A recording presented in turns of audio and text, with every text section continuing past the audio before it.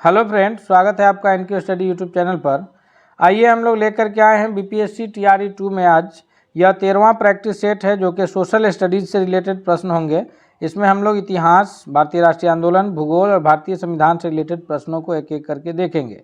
तो आइए बिना देर किए हुए हम लोग शुरू करते हैं। हमारे स्क्रीन पर पहला सवाल आ गया है। पहला सवाल है कि गुप्त किसके सामंत थे। गुप्त जो है यह मौर्यों के सामंत थे, या कुषाणों के, या सातवाहनों के, या फिर इनमें से कोई नहीं। वैसे गुप्त दौर को जो है यह इतिहास में प्राचीन भारत में सबसे सुनहरा दौर के रूप में जाना जाता है। तो गुप्त जो सामंत थे वो किसके सामंत थे।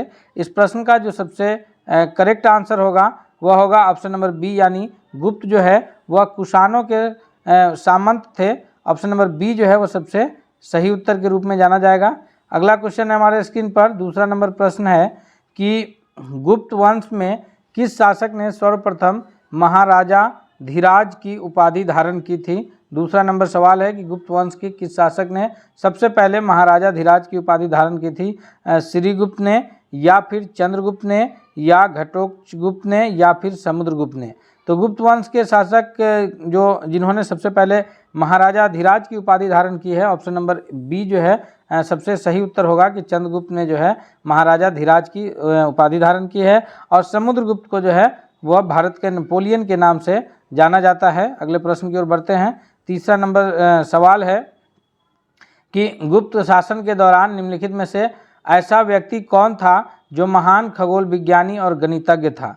इनकी जो ये है गुप्त शासन के दौरान इनका द्वारा जो रचित किया गया कार्य है वो आज भी बहुत ही श्रेष्ठ है। तो ये गुप्त शासन को इसी वजह से जो है सुनहरे दौर के रूप में, गोल्डन एरा के नाम से हम लोग जानते हैं। वो भानुगुप्त हैं, बाणभट्ट हैं, या फिर आर्यभट्ट हैं। तो जो सबसे ये है महान खगोल विज्ञानी और गणितज्ञ आर्यभट्ट हैं, यानी ऑप्शन नंबर सी जो है तीसरा नंबर सवाल का करेक्ट आंसर होगा। इन्होंने जो अपना ये बनाया था वह तरेगना में बनाया था, जो पटना के समीप तरेगना है। ऑप्शन नंबर सी इसका करेक्ट आंसर है। अगले सवाल की ओर बढ़ते हैं कि इतिहासकार वी.ए. स्मिथ ने किसकी विजय से प्रभावित होकर भारत का नेपोलियन कहकर पुकारा था। तो भारत का नेपोलियन अभी हम लोग पीछे सवाल में देख रहे थे कि जो गुप्त शासक थे उनमें भारत के नेपोलियन के नाम से जो जाने गए थे वह कौन जाने गए थे, स्कंदगुप्त, चंद्रगुप्त, ब्रह्मगुप्त या समुद्रगुप्त। तो यह समुद्रगुप्त को जाना गया था, अर्थात चौथा नंबर सवाल का जो सबसे सही जवाब है ऑप्शन नंबर डी के रूप में जाना जाएगा। अगले सवाल की ओर बढ़ते हैं हम लोग। अगला सवाल है कि बिंदुसार ने विद्रोहियों को कुचलने के लिए अशोक को कहाँ भेजा था। ये स्वर्णगिरी भेजा था, या फिर तक्षशिला भेजा था, या उज्जैन भेजा था, या फिर वैशाली भेजा था। तो पांचवा नंबर सवाल का जो सबसे करेक्ट आंसर होगा वह होगा ऑप्शन नंबर पांचवा के लिए बी, यानी कि बिंदुसार जो कि अशोक के पिता हैं, मौर्य वंश के दूसरे शासक के रूप में जाने जाते हैं। मौर्य वंश का जो प्रथम शासक है वो चंद्रगुप्त मौर्य है, और ये मौर्य वंश के दूसरे शासक हैं। इन्होंने विद्रोहियों को कुचलने के लिए अपने पुत्र अशोक को जो है तक्षशिला भेजा था। ऑप्शन नंबर बी जो है वो करेक्ट आंसर है। अगला सवाल है कि कौटिल्य चाणक्य किसका प्रधानमंत्री था। तो कौटिल्य जो है, जिनको कौटिल्य या चाणक्य या फिर विष्णुगुप्त, ये तीनों नाम से जाना जाता है। इन्होंने अर्थशास्त्र नामक पुस्तकों की रचना की है।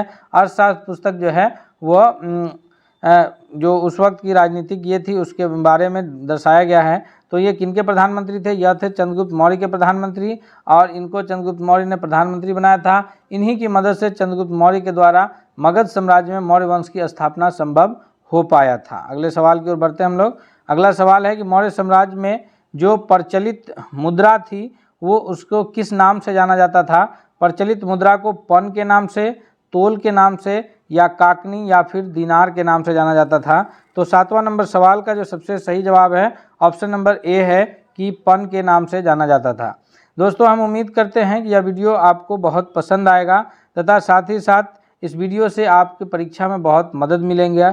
इसलिए हम आपसे एक रिक्वेस्ट करेंगे कि आप इस वीडियो को प्लीज़ लाइक कीजिए तथा दोस्तों के बीच भी शेयर कीजिए, ताकि सभी लोग की तैयारी बेहतर हो सके। और साथ ही साथ अगर आप चैनल पर नए हैं तो इसको चैनल को एक बार ज़रूर सब्सक्राइब कीजिए और बेल आइकन को दबा लीजिए, ताकि कोई भी जो वीडियो आए तो सबसे पहले आप तक पहुंचे। आठवां नंबर सवाल है कि मुद्रा राक्षस का लेखक निम्न में से कौन है। मुद्रा राक्षस की रचना किनके द्वारा की गई है। अश्वघोष हैं, विशाख दत्त, कालिदास या फिर भास। तो ऑप्शन नंबर जो 8वां नंबर सवाल के लिए करेक्ट आंसर होगा ऑप्शन नंबर बी होगा कि विशाख दत्त जी के द्वारा जो है मुद्रा राक्षस की रचना की गई है। 9वां नंबर सवाल है कि मालवा, गुजरात एवं महाराष्ट्र किस शासक ने पहली बार जीते थे? यह जो है प्राचीन भारत के किस शासक के द्वारा? हर्ष के द्वारा, स्कंदगुप्त, विक्रमादित्य या फिर चंद्रगुप्त मौर्य। तो जो 9वां नंबर सवाल का करेक्ट आंसर होगा कि मालवा, गुजरात और महाराष्ट्र जिस शासक के द्वारा सर्वप्रथम विजय प्राप्त किया गया था वह चंद्रगुप्त मौर्य थे, यानी ऑप्शन नंबर डी जो है सबसे सही उत्तर के रूप में जाना जाएगा। अगला है क्वेश्चन नंबर 10 है हमारे स्क्रीन पर कि नंद वंश का संस्थापक कौन था? यानी नंद वंश की जो स्थापना है यह किन्होंने किया था? नंद वंश जो है यह मगध साम्राज्य जो कि 16 महाजनपदों में से एक था, सबसे शक्तिशाली महाजनपद था मगध। उसमें तीसरा जो है नंद वंश की तीसरा वंश जो है नंद वंश है। पहला वंश है हर्यक वंश, दूसरा वंश है शिशुनाग वंश और उसमें जो तीसरा वंश है उसको नंद वंश के नाम से जाना जाता है। तो नंद वंश की जो स्थापना की गई थी वो महापद्मनंद के द्वारा किया गया था, यानी ऑप्शन नंबर ए जो है इसका सबसे करेक्ट आंसर है। अगले सवाल की ओर बढ़ते हैं कि सिकंदर ने भारत पर आक्रमण कब किया था? यह 326 ईसा पूर्व में किया था या 326 ईस्वी में या 323 ईसा पूर्व या 323 ईस्वी? तो इसमें जो सबसे सही जवाब होगा कि सिकंदर का जो भारत पर आक्रमण हुआ था वो 326 ईसा पूर्व में, यानी ऑप्शन नंबर ए जो है वह करेक्ट आंसर है। अगले सवाल की ओर बढ़ते हैं हम लोग। यह भारतीय राष्ट्रीय आंदोलन से रिलेटेड प्रश्न की ओर अब हम लोग बढ़ते हैं, यानी अंग्रेजी सत्ता की स्थापना और उससे रिलेटेड जो आगे के क्वेश्चन होंगे कि निम्नलिखित युग्मों में से कौन सा एक सही युग्म सुमेलित नहीं है? तो पहला है कि Pitt's India Act Warren Hastings के दौर में, ड्रॉटिकन ऑफ लैप्स डलहौजी के वक्त में, वर्नाक्यूलर प्रेस एक्ट कर्जन के वक्त में और फिर इल्बर्ट बिल रिपन के वक्त में। तो जो सबसे सुमेलित नहीं है वह है वर्नाक्यूलर प्रेस एक्ट, क्योंकि वर्नाक्यूलर प्रेस एक्ट जो है ये 1878 के आसपास आया था, जिसके तहत जो है प्रेस की स्वतंत्रता पर ये सेंसर लगाया गया था। बाकी कर्जन का जो कार्यकाल है यह 1905 में बंगाल विभाजन के लिए बहुत फेमस है। इल्बर्ट बिल रिपन के वक्त में सही है, क्योंकि इल्बर्ट बिल जो है जिसके तहत भारतीय जजों को अंग्रेजों के विरुद्ध जो है केस सुनने की ये दिया गया था, जिसके वजह से इतनी ज़्यादा आलोचना हुई कि उन्हें इस्तीफा तक देना पड़ा था। तो इसका 12वां नंबर सवाल का जो सबसे करेक्ट आंसर है ऑप्शन नंबर सी है कि वर्नाक्यूलर प्रेस एक्ट कर्जन के समय में, जो कि सबसे सही उत्तर है। ये सुमेलित सही नहीं किया गया है। 13वां नंबर सवाल है कि भारत में ब्रिटिश साम्राज्य के दौरान निम्नलिखित वायसरायों की पद अवधि का सही कालानुक्रम क्या है? यानी सबसे पहले किनका शासन रहा, फिर किनका रहा, फिर किनका रहा। तो अगर ध्यान से देखा जाए तो सबसे पहले अगर ये 4 शासकों में से लॉर्ड कर्जन हैं, लॉर्ड चेम्सफोर्ड हैं, लॉर्ड हार्डिंग हैं और फिर लॉर्ड इरविन हैं।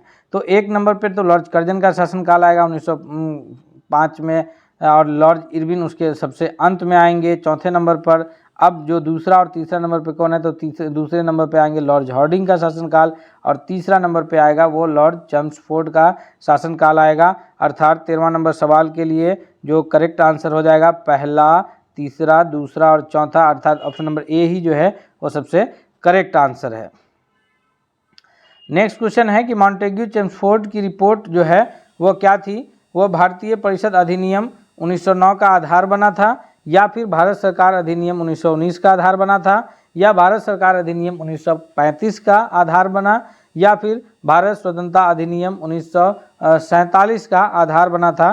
तो 14वां नंबर क्वेश्चन का जो सबसे करेक्ट आंसर है कि मॉन्टेग्यू जो चेम्सफोर्ड की रिपोर्ट थी वो भारत सरकार अधिनियम 1919 का आधार बना। ऑप्शन नंबर बी जो है इस प्रश्न के लिए सबसे सही उत्तर के रूप में जाना जाएगा। अगले सवाल की ओर बढ़ते हैं हम लोग। 15वां नंबर सवाल है हमारे स्क्रीन पर कि निम्नलिखित में से किस एक प्रदेश में वर्ष 1935 के अधिनियम के अंतर्गत कांग्रेस के मंत्री परिषद का गठन नहीं हुआ था? भारत शासन अधिनियम 1935 जो हुआ आया उसके तहत 1937 में जो है निर्वाचन हुआ, और निर्वाचन के पश्चात जो है 11 में से 8 राज्यों में कांग्रेस की सरकार बनी थी। तो उसमें से इसमें किस राज्य में कांग्रेस की सरकार नहीं बन पाई थी 15वां नंबर सवाल का जो सबसे करेक्ट आंसर है बिहार, मद्रास, उड़ीसा। तो बिहार उड़ीसा जो है यह एक ही था। उसी वक्त उड़ीसा का बंटवारा हुआ था बिहार से 1936 में, और ये मद्रास और फिर पंजाब। तो इसमें जो सबसे सही उत्तर है बिहार में तो कांग्रेस की सरकार बनी थी। इसका जो सबसे करेक्ट आंसर होगा 15वां नंबर सवाल का ऑप्शन नंबर डी के रूप में जाना जाएगा, यानी पंजाब में जो है वह कांग्रेस की सरकार नहीं बन पाई थी। अगले सवाल की ओर बढ़ते हैं हम लोग। निम्नलिखित में से कौन सा एक क्षेत्र 1857 ईस्वी के विद्रोह से प्रभावित नहीं था? 1857 ईस्वी का जो विद्रोह हुआ झांसी है, चित्तौड़ है, जगदीशपुर है या फिर लखनऊ है। तो अगर हम लोग ध्यान से देखें 16वां नंबर प्रश्न को, तो जो सबसे सही उत्तर होगा वो ऑप्शन नंबर बी हो जाएगा। क्यों? क्योंकि चित्तौड़ जो है वो प्रभावित नहीं था। बाकी झांसी से जो 1857 के विद्रोह का नेतृत्व कर रही थी वो रानी लक्ष्मीबाई के द्वारा नेतृत्व किया जा रहा था, क्योंकि रानी लक्ष्मीबाई को कोई पुत्र न होने के कारण इन्होंने नाना साहब को गोद लिया था। और उस वक्त जो है 1857 के विद्रोह से पहले जो कार्यकाल संभाल रहे थे ये लॉर्ड डलहौजी महोदय, तो इन्होंने जो है ये कर दिया था कि कोई भी अगर राज परिवार के पास अपना संतान ना हो तो वह संपत्ति हड़प नीति के तहत उन्होंने हड़प लिया था।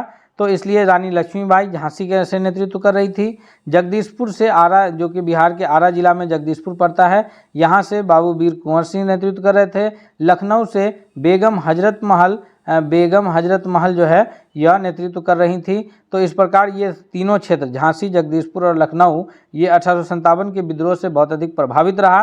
चित्तौड़ जो है प्रभावित नहीं रहा। ऑप्शन नंबर बी सही उत्तर होगा।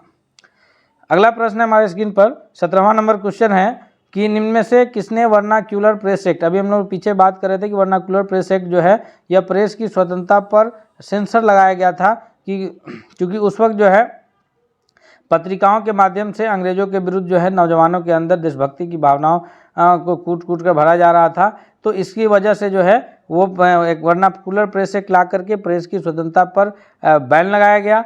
तो ये सवाल है कि निरस्त किसने किया? जो वर्नाक्यूलर प्रेस एक्ट को निरस्त करने का काम जो है ये लॉर्ड डफरिन महोदय ने किया है, या रिपन, या लॉर्ड कर्जन, या फिर लॉर्ड हार्डिंग। तो 17वां नंबर सवाल का सबसे correct answer option number B जाना जाएगा कि लॉर्ड रिपन महोदय ने किया। इनका जो कार्यकाल रहा है यह 1880 से 84 के बीच इनका कार्यकाल रहा है, और इस बीच में जो है ये बहुत सारे कार्य जैसे किए हैं जिसकी वजह से इन्हें भारतीय उद्धारक के रूप में जो है भारतीयों का उद्धारक के रूप में लॉर्ड रिपन को जाना जाता है। अगला सवाल है कि वर्ष 1939 में कांग्रेस को छोड़ने के पश्चात सुभाष चंद्र बोस ने किस दल की स्थापना की थी? इंडियन फ्रीडम पार्टी की, या आज़ाद हिंद फौज की, या फिर रिवॉल्यूशनरी फ्रंट की, या फॉरवर्ड ब्लॉक की। तो 1939 में जब कांग्रेस के नेताजी सुभाष चंद्र बोस ने इस्तीफा दिए तो उन्होंने जो है फॉरवर्ड ब्लॉक नाम से जो है एक दल की स्थापना किए थे। ऑप्शन नंबर डी जो है इस क्वेश्चन के लिए सबसे करेक्ट आंसर के रूप में जाना जाएगा। अगले सवाल की ओर बढ़ते हैं। 19वां नंबर सवाल है हमारे स्क्रीन पर कि निम्नलिखित में से किसने कार्ल मार्क्स के साथ मिलकर के द कम्युनिस्ट मैनिफेस्टो लिखा है? द कम्युनिस्ट मैनिफेस्टो नामक पुस्तक जो है यह किसके द्वारा रचित किया गया है? इमाइल दुर्खिम, या फ्रेडरिक एंजल्स, या रॉबर्ट ओवन, या मैक्स वेबर के द्वारा। 19वां नंबर सवाल का जो सबसे सही जवाब है कि द कम्युनिस्ट मैनिफेस्टो जो है, जिसको कम्युनिस्टों के बाइबिल के नाम से जाना जाता है, यह द कम्युनिस्ट मैनिफेस्टो किसने लिखा है? तो यह लिखा है मैक्स वेबर ने। ऑप्शन नंबर डी जो है यह सबसे सही जवाब है। अगला क्वेश्चन है 20वां नंबर क्वेश्चन है कि सूर्य की रोशनी को पृथ्वी तक पहुंचने में लगभग कितना समय लगता है? तो ये जो प्रश्न है यह भूगोल से रिलेटेड प्रश्न की ओर हम लोग बढ़ रहे हैं, इसलिए हम एक बार फिर से आपसे रिक्वेस्ट करेंगे कि अगर आपने अब तक वीडियो को लाइक नहीं किया है, हम उम्मीद करते हैं कि यह वीडियो आपको ज़रूर पसंद आ रहा होगा। आप वीडियो को ज़रूर लाइक कीजिए, तथा साथ ही साथ अगर आप चैनल पर नए हैं तो चैनल को सब्सक्राइब कीजिए और बेल आइकन को दबा लीजिए, ताकि कोई भी वीडियो आए तो सबसे पहले आप तक पहुंचे। और आप जो तरह से इस वीडियो से फ़ायदा उठा रहे हैं अपने दोस्तों के बीच भी शेयर कीजिए, ताकि वो भी बेहतर फ़ायदा उठा सकें। तो हम सभी जानते हैं कि सूर्य से पृथ्वी की जो दूरी है वो 15 करोड़ किलोमीटर है। कितना है? 15 करोड़ किलोमीटर है। और पृथ्वी सूर्य की जो प्रकाश है उसकी जो चाल है वह लगभग 3 लाख किलोमीटर प्रति सेकेंड है। 3 × 10⁵ किलोमीटर पर सेकेंड इसकी स्पीड है। तो अगर इस हिसाब से हम लोग भाग दें दूरी बाई ये समय निकालने के लिए दूरी बाई चाल से, तो ये 8 मिनट का समय लगता है।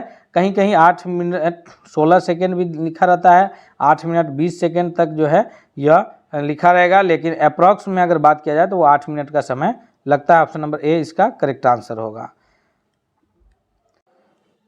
31वां नंबर सवाल है कि सूर्य ग्रहण तब होता है जब चंद्रमा बीच में होता है, पृथ्वी बीच में होता है, सूर्य बीच में हो, या फिर सूर्य चंद्रमा तथा पृथ्वी एक ही रेखा में हो तथा बृहस्पति उस रेखा में न हो। तो 21वां नंबर सवाल का जो सबसे करेक्ट आंसर है कि चंद्र ग्रहण की जब स्थिति उत्पन्न होती है उसमें चंद्रमा जो है वो सूर्य और पृथ्वी के बीच में जब होता है तो चंद्र ग्रहण की स्थिति उत्पन्न होती है, यानी ऑप्शन नंबर ए जो है इसका सबसे करेक्ट आंसर के रूप में जाना जाएगा 21वां नंबर क्वेश्चन के लिए। अगले सवाल की ओर बढ़ते हैं हम लोग।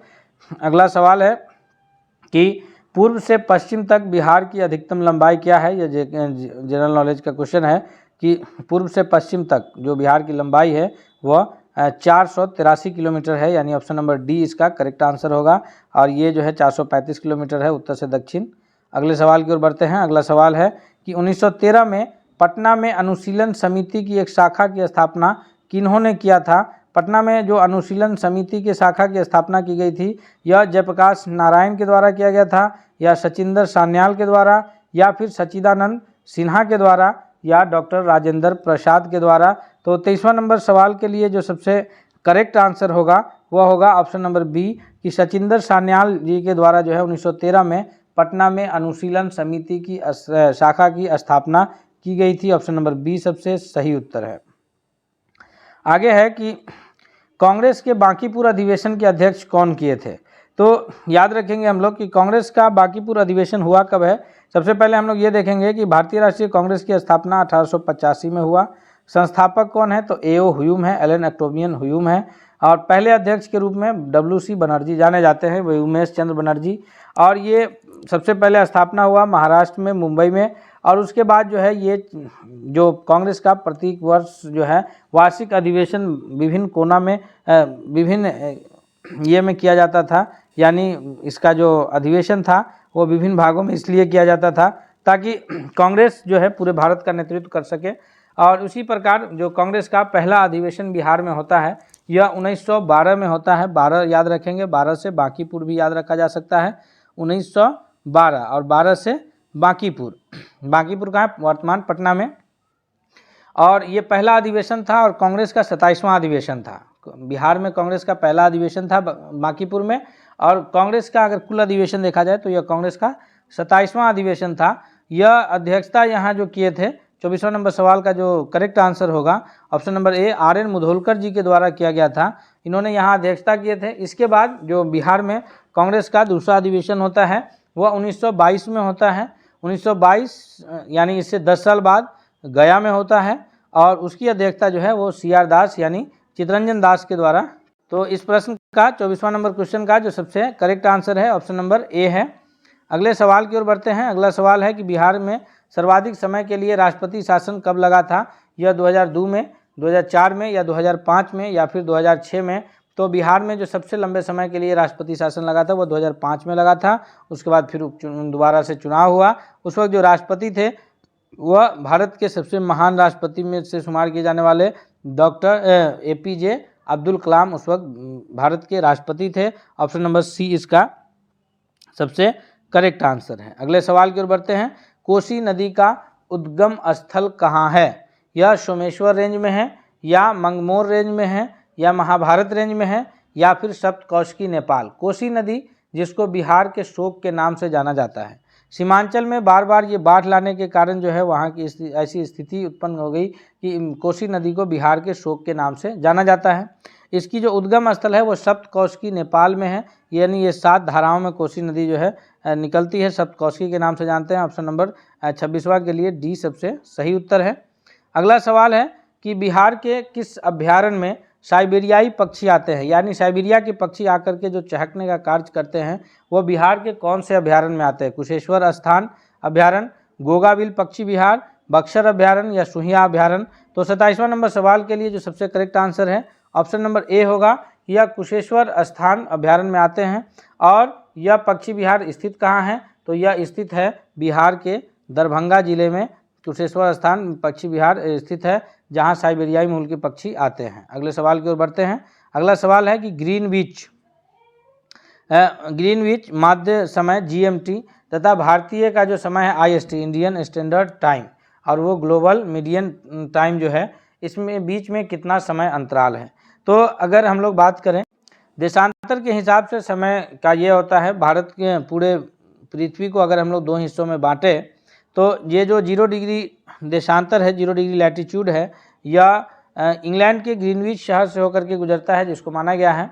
उससे जो देश पश्चिम में स्थित है वेस्ट, उनका समय ग्रीनविच से पीछे होता है, और जो देश पूरब में स्थित है उनका समय ग्रीनविच से आगे होता है। भारत की स्थिति जो है वह पूर्वी गोलार्ध में है। तो पूर्वी गोलार्ध में भारत की जो स्थिति है वो कितना डिग्री से है, तो वैसे तो 68 डिग्री 7 मिनट से शुरू होता है, 97 डिग्री 25 मिनट तक है। लेकिन भारत का जो इंडियन स्टैंडर्ड टाइम जो बनाया गया है वो 82.5 डिग्री पूर्वी देशांतर को बनाया गया है, 82.5 डिग्री, जो कि इलाहाबाद के नैनी से होकर के गुजरता है। तो ये 82.5 डिग्री के हिसाब से अगर हम लोग ध्यान दें तो हर एक डिग्री पर जो है वो 4 मिनट का समय अंतराल बढ़ता है।